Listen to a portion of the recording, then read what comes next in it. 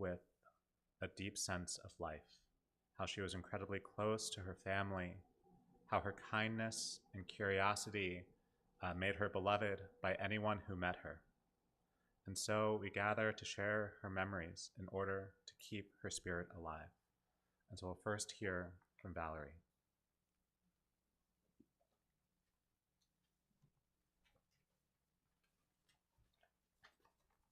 Hi.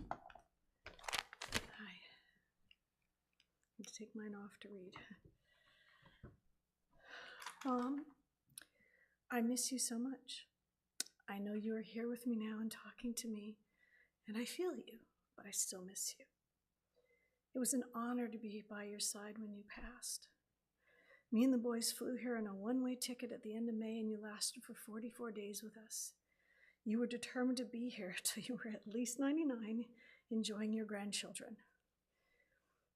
Not all doctors are as good as others, we all know that.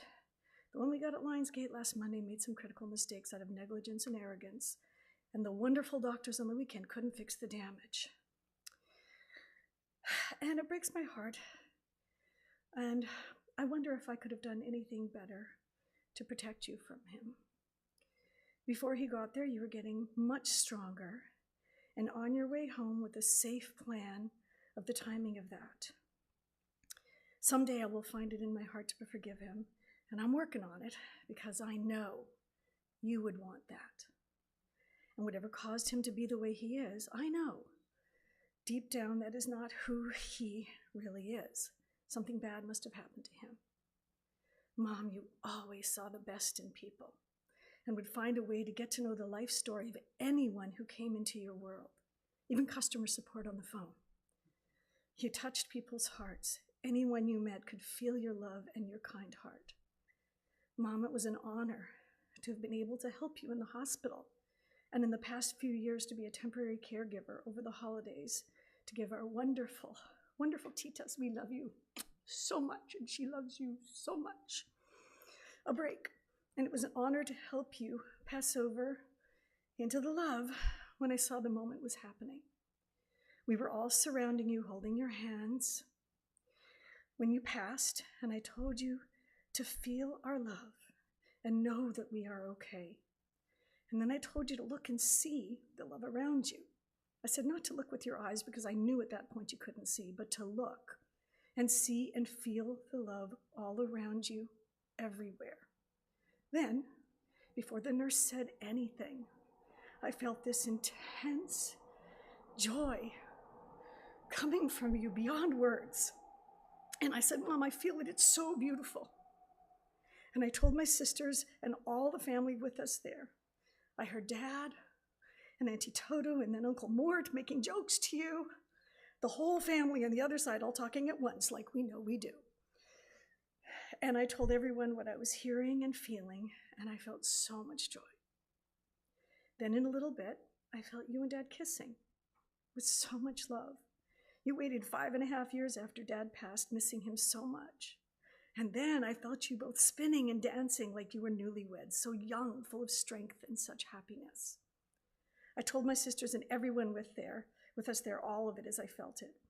I was in a glow, even though you had physically left us. Then, in the next morning, I woke up to all of you around me at your home, and it hit me, and the tears keep flowing.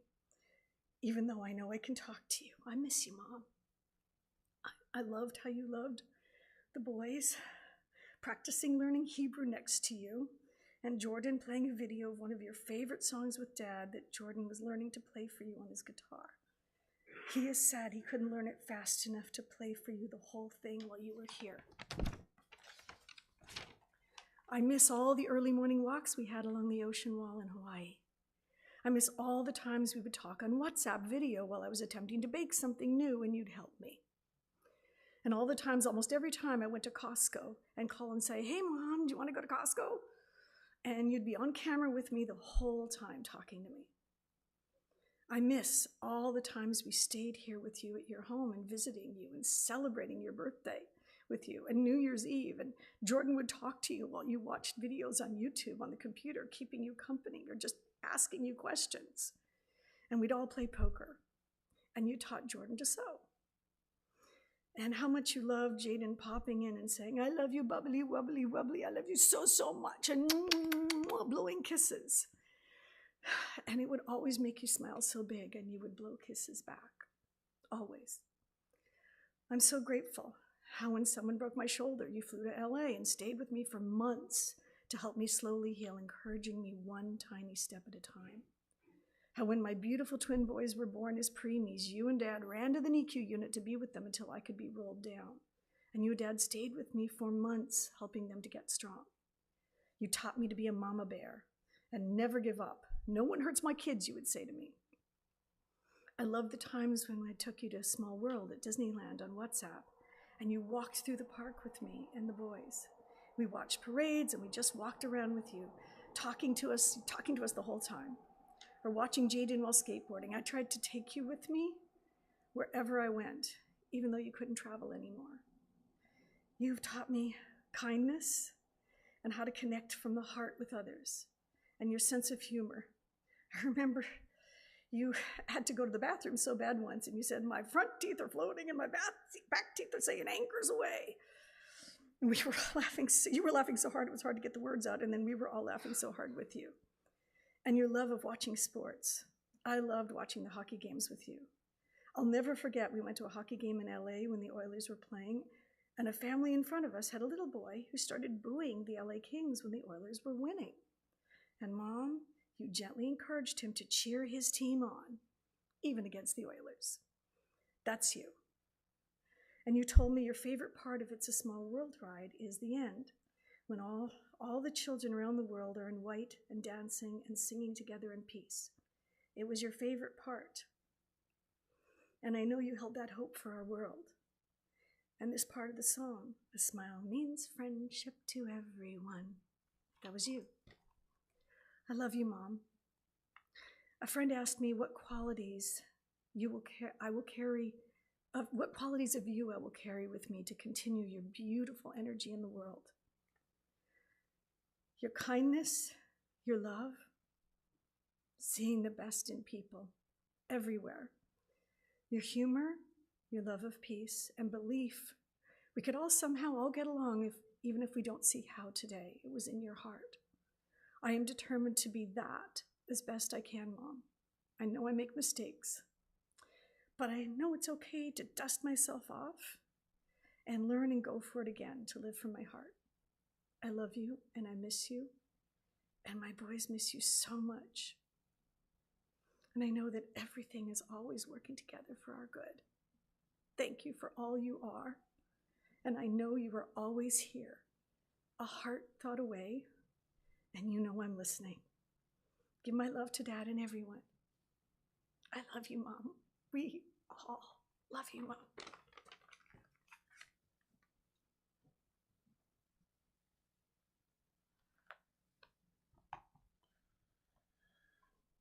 We turn to God to make firm our steps as we walk the path of mourning.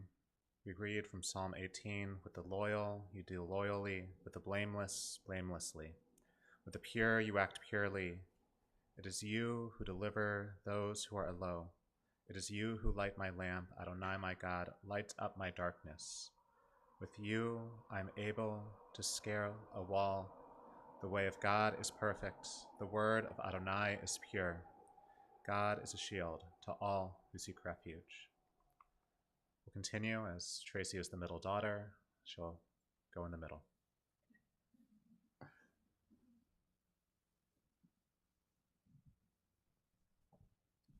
As it always is. Thank you, everyone, for being here today. I had a thought late on the 13th about Mom. Through the flood of emotion, I had two words come to me: strength and family. Mom was the definition of strength.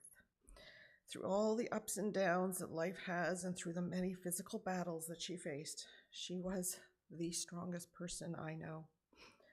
I know this came from a long line of amazing, strong women in her life.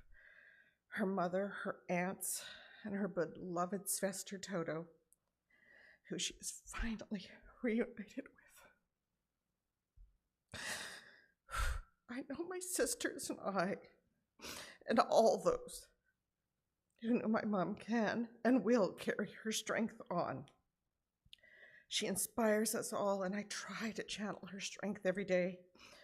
For me personally, when I was sick 1.5 years ago, I knew I would be okay because Mom taught me to be a fighter, to be strong, to find a way forward. I saw her use that strength so many times in the past, and most recently in the last 6 weeks. She would get sicker, then boom, the next day rally. Then a few days later, walking the hallways like a champion. Then she would get sicker again, and again she would battle through and rebound. The last turn, unfortunately, was just one battle too many. But she still fought on, even in the last day, to be with so many loved ones one last time. This leads me to why, and that is family. Family was such a huge word for my mom. It was her superpower. She taught me that family is not just the bazillion of us related by blood, but also all of us through marriage, through friendships, through caring for each other. Every partner or friend you brought to meet her was instantly her family. She welcomed everyone with open arms and a huge heart.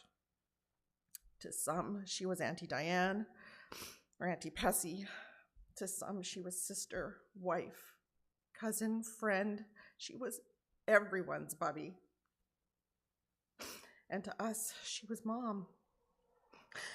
Family for my mom was just as much her community, all her friends, many that she has been with since she was very young. And I see many of you here today. All the titas, their husbands, children, and grandchildren were her family too, and mine. Family is this fabulous, massive Switzer gang. It is the extensive Jampolsky clan. It is all our mishpacha, our spouses' families. It is all of her aunts, uncles, cousins, sister, brothers, nieces, nephews, great nieces and nephews, great nieces and nephews, her furry grandcats and furry granddogs, her daughters, her son-in-laws, and her grandchildren. She kept in touch with all of us through phone calls, visits when she could, sharing her favorite things in Hawaii with so many who were there with her or dad over all the years, going to the Shorebird for dinner or shopping in the outlet malls, and of course going to Costco, either in person or with her on the phone as you went up and down the aisles. Going to hockey games with her was an experience, to say the least. Every simcha celebrating with friends and family, she wouldn't miss any event, large or small.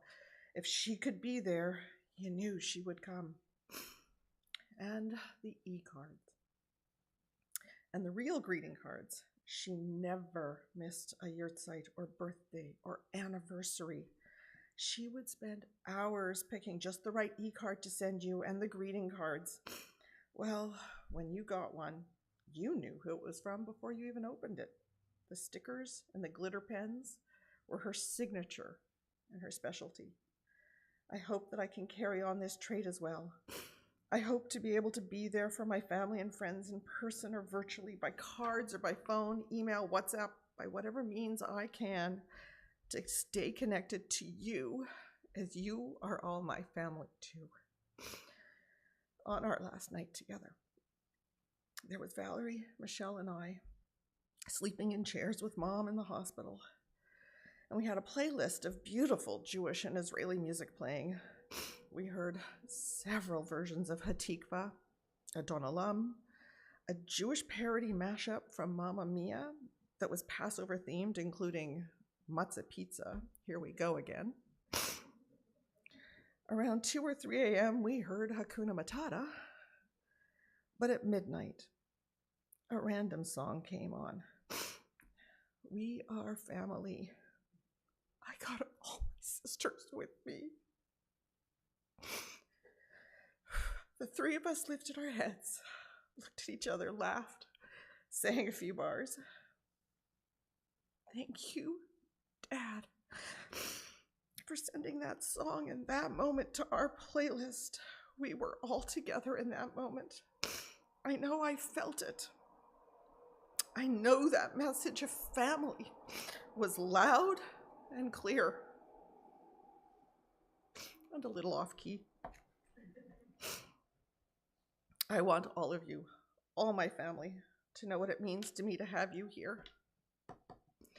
Francie, you being with us to care for Mom all the years of her life, and especially with her she passed, was the greatest gift, and I thank you. All my cousins, for all the love and support you gave to both my parents. I know you each have a special relationship and memories. Hold on to them. My sisters, Valerie, my older sister, the wise and the one who has shined light and love into our lives. And Michelle, my baby sister, the rock, the organizer, the heart. There are not enough words to say what you mean to me, to have us all here together at this time, but to say thank you and I love you. Jaden and Jordan, you're so special. Bubby loved every visit, every phone call, every second. Martin, Sarah, Leanna, Rachel, her love and your connections to Bubby were beyond special. And I know you hold them dear to you, to my family. Malcolm, you and Bubby had a connection like no other. You were with Bubby and Zeta to build and care for their rooftop garden. They loved to come to the market and see you at only 12 years old run your shaved ice business. Your bar mitzvah, your grad, all of it, every second.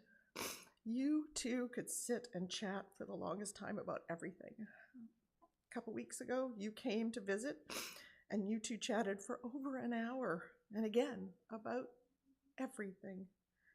She loved meeting Jessa. I wanted to hear all about her and her studies and her family. Just spending time with you was a gift to you both. She loved you so much. Maxwell, you were her first. She was there from the time you were born, literally in the room. You had a bond with Bubby and Zeta over the years that was so much a light to watch and be a part of. Going to your soccer games, being at your graduation, being with you on that bima for your bar mitzvah. Time with you in Hawaii, teaching you to like sand and the ocean. She could not get enough of just chatting with you. She was so fond of Tanae and was so interested in hearing all about the many things you do.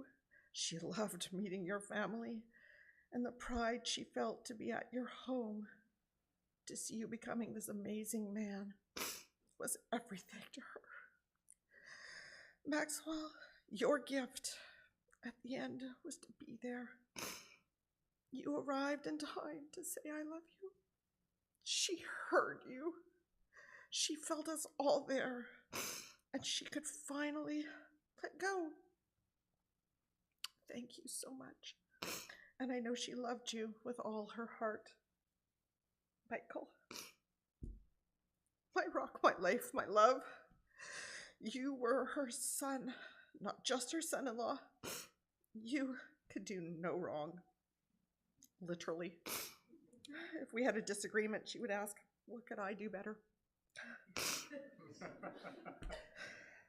Mom and Dad modeled what love is, what family is, what it means to show up for each other. And you are one of us crazy jams. You were her chef, her tech support, her son, her family. She loved your balloons and your cooking. And I know you held a special spot in your heart for her as she did for you. I love you more than words, and I thank you for being an amazing person you were for my parents and for all of us. Your love is the world. I want to wrap up with a thought that came to me yesterday while writing.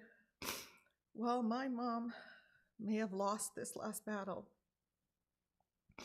she has also won the freedom and the ability to join her brothers and her sister. She was the last of the 5. To join all her ancestors, and especially to join her beloved Noel. They are all together, watching over all of us. They are free from pain, from whatever ailments took them, and their love shines on in all of us. So we can remember that they lived, not that they died. The next time you're in Hawaii, pick a plumeria flower and think of her. Go to Costco, have an all-beef hot dog. Go to a hockey game and yell at the ref. Walk hand in hand with your loved ones and remember, she is with us always, as they all are. I love you, Mom. I miss you so much. But I know you are here shining your light, as you always have. Thank you.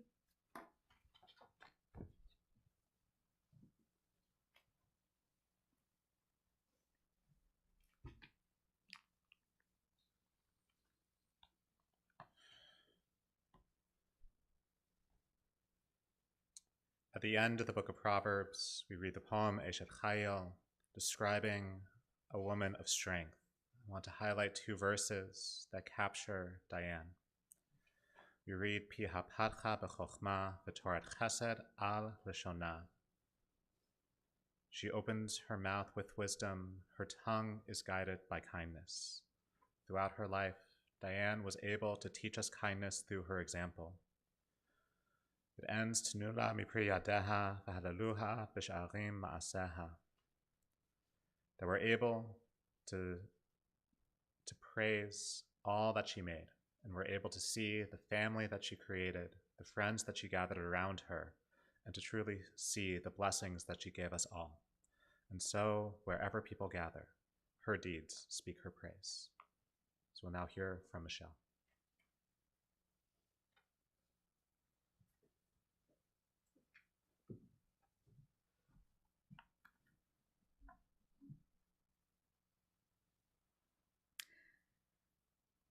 I want to let my dad have the first words today. He said, "Grief is like the ocean. It comes in waves." Please let that set the tone for you all. Let your emotions flow like the ocean as we remember my mom. And now I will begin. This is off script. We're going to be under the shade this morning. My dad made it so. I don't know why I chose 11 a.m. It just came to me, but there's a good reason because, boy, Zeta and Mom hated the sun for her own medical reasons, Zeta for his. They're making sure none of us have any issues with sun today. So thank you, both of you. We appreciate it. That's why I didn't get the memo till now. All right. It's very hard to wake up in a world that doesn't have my mother in it. But I am comforted by knowing the world is a better place for having had her in it. I could tell you about all she accomplished. For example, in Edmonton, she was known as the steadfast volunteer who never said no. She earned recognition from UJIA, Hadassah, Talmud Torah, JCC. She was a leader, a volunteer, a chef, a baker, a casino operator, a pickle and candle maker for Hadassah with my dad. She did everything. But through it all, she taught me how to give time, energy, and kindness. And yet, her greatest achievement was not any title or award. It was how she made people feel. She had no hidden agenda. Just a true Bubby desire to connect and make others happy. Whether it was a heartfelt hello, an emoji-filled text, learning your life story in an elevator ride, a made-up poem, a animated Hallmark email, or a Christmas thank you gift made of my daughter's chocolates for every doctor she met. She simply loved to give joy. Even in the hospital, she was still thinking of others, wanting to honor their milestones. People say the giver often receives the most, but not with my mom. When she gave, it was the receiver who got the most, because that's all she ever wanted. That was her lesson to me. Give not to give something back, but because the other person deserves kindness. Yeah, it might lift you, but she gave to lift others. In keeping with this, she was always saying thank you. In fact, the day before she passed, she whispered to me with so much effort to add the words "and our titas" to a note on her hospital wall that said "who we love." The titas were her beloved caregivers, and she wanted them included. And I think those might have been the last words she said. With this in mind, on behalf of my sisters, thank you to the titas who were truly her extended daughters, Maravik, Josie, Tess, and Dolly. The love and care you gave her were deeply felt, and she loved each of you and your families as her own. And in that same spirit, thank you to those who came from out of town today to honor my mother from Calgary. And especially to Francie, who came in my mom's final day to support us. And thank you to everybody who has showered us with love from near and far during this week. Thank you to the team at Lionsgate Hospital. And thank you, Michael, for being there always. Tracy, for your never-ending compassion. Valerie, for being my big sister with your positivity. And the support from each of my girls in each of their ways while Bubby was in hospital and throughout. And in the spirit of gratitude, let me add my gratitude to you, Mom, for the many quiet lessons you taught simply by being you. Motherhood. My mom taught me how to be a mother and a daughter. She would thank me for what I did for her, and I told her I learned it all from her. She was proud of my daughters and me, and I know I'm not perfect, but whatever good my girls and I have, it comes from her and many other special people. Mom, we know you're proud of us. Thank you for making us who we are. She wasn't just my sisters and my mom. She was everyone's mom or Bubby, not just to her grandchildren, but to her nieces, her cousins, her titas, and anyone lucky enough to feel her warmth. She taught kindness, family first, love first and last. My mom taught me what it means to love with fierce devotion. She always said to my kids, if anyone ever gives you a hard time, you tell them they'll have to deal with me. And she meant it. In saying that, she taught me to stand up for the people you love, to protect them with your whole heart. When Sarah and Leanna were newborns, there was an earthquake in the hospital, and she grabbed one and she made sure another one grabbed the other one of you and ran to the doorways to take cover and protect. That's who she was. She didn't panic, she protected. She even saved the lives of strangers more than once. And for all that fierce loyalty, she never did anything unkind to anyone. There wasn't a mean bone in her body. She showed me what it means to love deeply and truly. She loved my dad so much and loved her 61 years with him, and they were engaged only 4 days after meeting. She visited him in his final years, never out of duty, but because she wanted to, every single day. And the same way she saw him at his grave, the same way she visited her own mother monthly, even when she lived out of town. In short, her love was not casual. It was unwavering. Indeed, she had a genuine love for people and they felt it. She liked everyone and always found something good in each person, and they liked her. In the messages that I've received, a clear picture of my mom emerged, one that might inspire you to be more like her. She was described as tender, loving, nurturing, a true balabusta, and remembered for her sweetness, kindness, grace, humor, devotion to family and community, being welcome and upbeat. They don't make them like Auntie Dianne anymore. She never spoke down. She just said, "That's how it is." And somehow she made it okay. One said she was a true lady, another larger than life. My friend even started watching Oilers games just to cheer for her team. And many remembered her singing, "Die, die, Anu, Anu," at Pesach, joyful, loud, unforgettable. People said these things because that's who she was, one of the rare few who made everyone feel completely comfortable. She adored her grandchildren. She asked about each one of you every time we spoke, every day, pure love. And she loved you so much.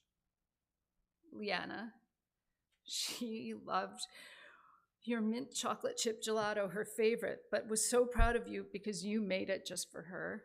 And she loved your determination, hard work, and your ability to do anything you set your mind to. Rachel, she truly got you. Your chutzpah, your spark, your neshama, and believed you could do a million things with the passion behind what you're studying.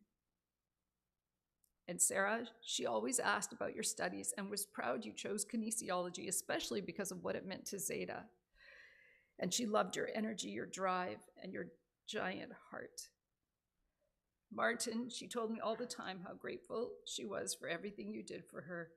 And she loved you deeply, taking real comfort in knowing you're with me. And finally, last fall, I began a gift from my mom for her 87th birthday. Gathering stories with my sisters, writing them down, adding photos.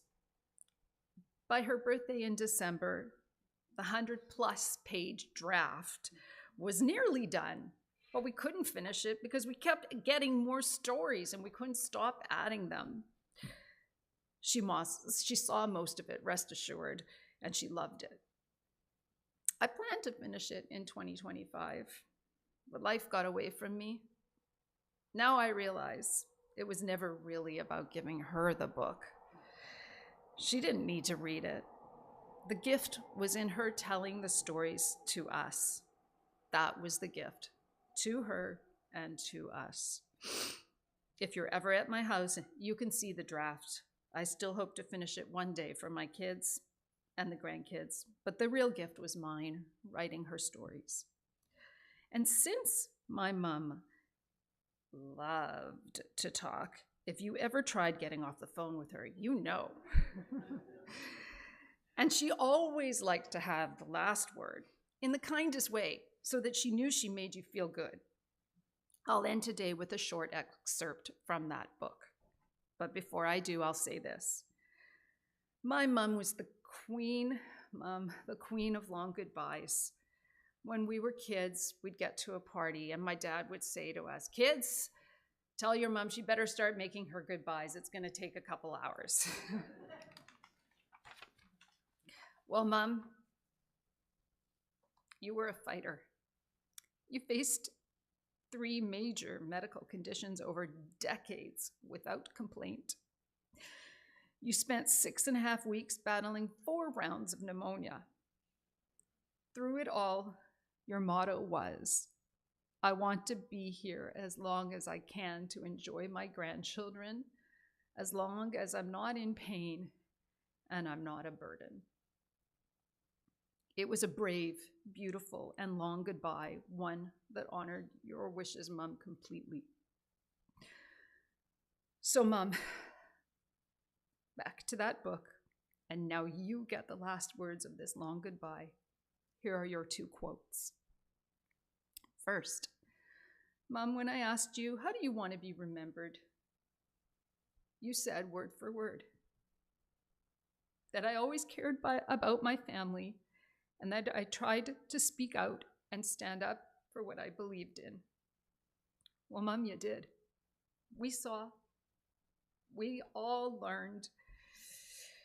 We're ready and your job is done. We know you're with Dad now, who was waiting with open arms. We've got it from here, Mom. And finally, to end this long goodbye, I'll share one last thing I asked you. What advice do you have for future generations? You said, always be there for each other. So, to all of you, from my mom to you, be there for one another. You will continue her legacy by doing so. The world is not the same without you, Mom, but I am not without you. Mom, you're here with me always, and I hope to carry your legacy. I love you, Mom, always and forever.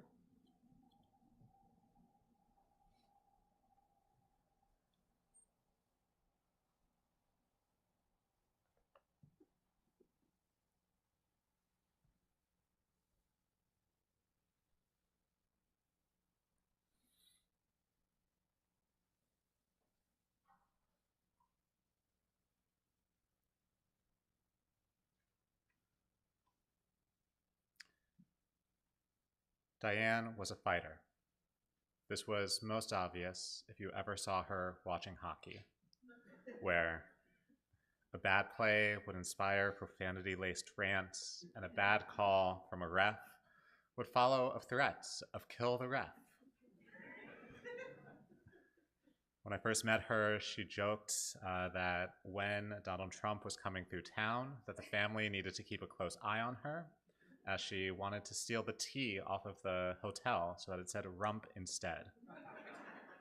But of course, she was fiercest when it came to her family.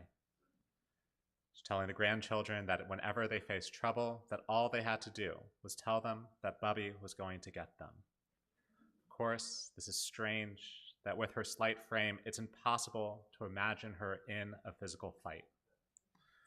Instead, this fighting spirit filtered out as an outpouring of kindness. Almost certainly, there was no one that disliked her.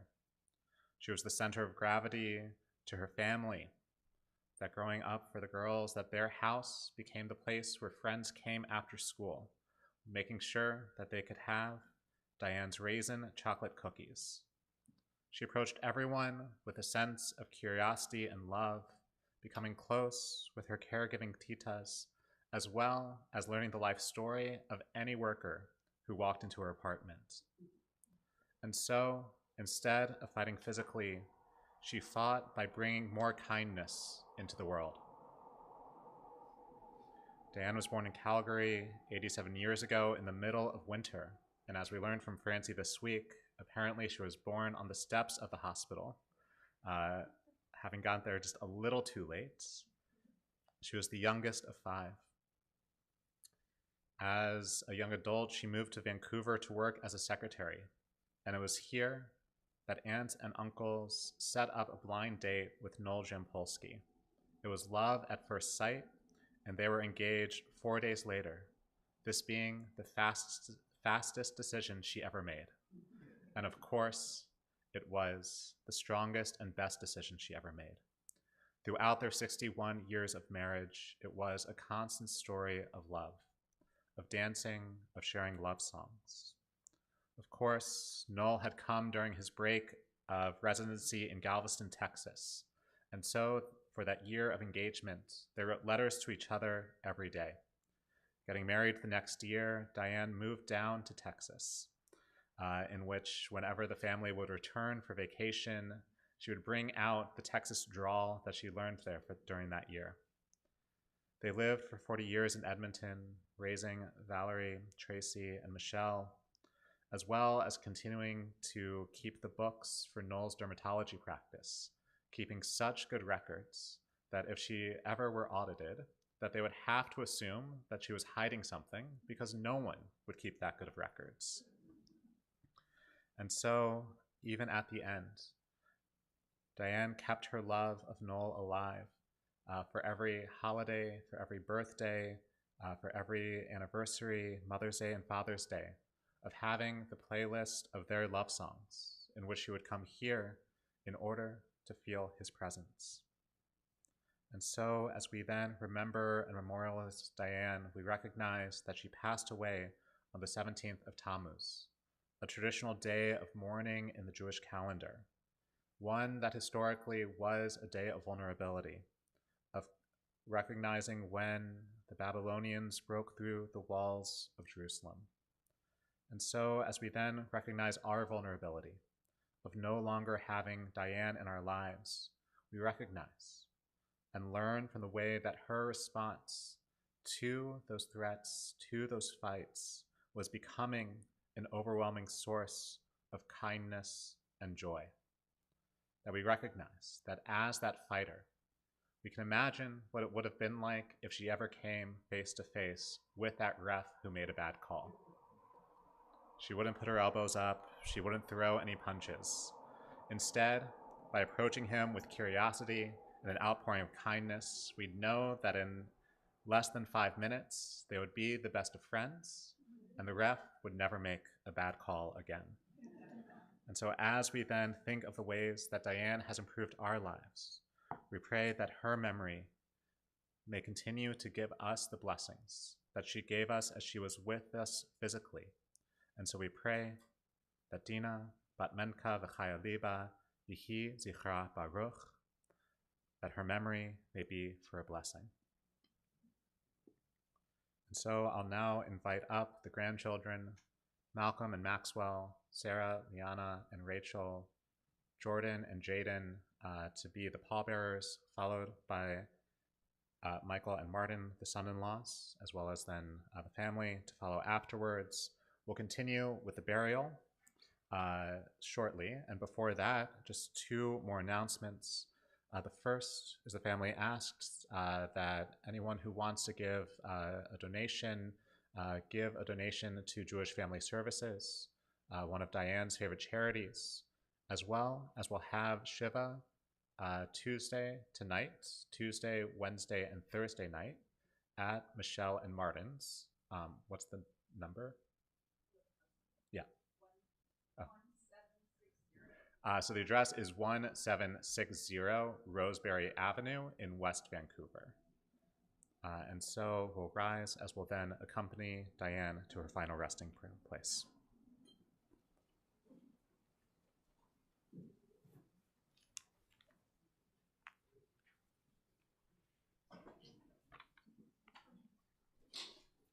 Yeah, so just on either side, and then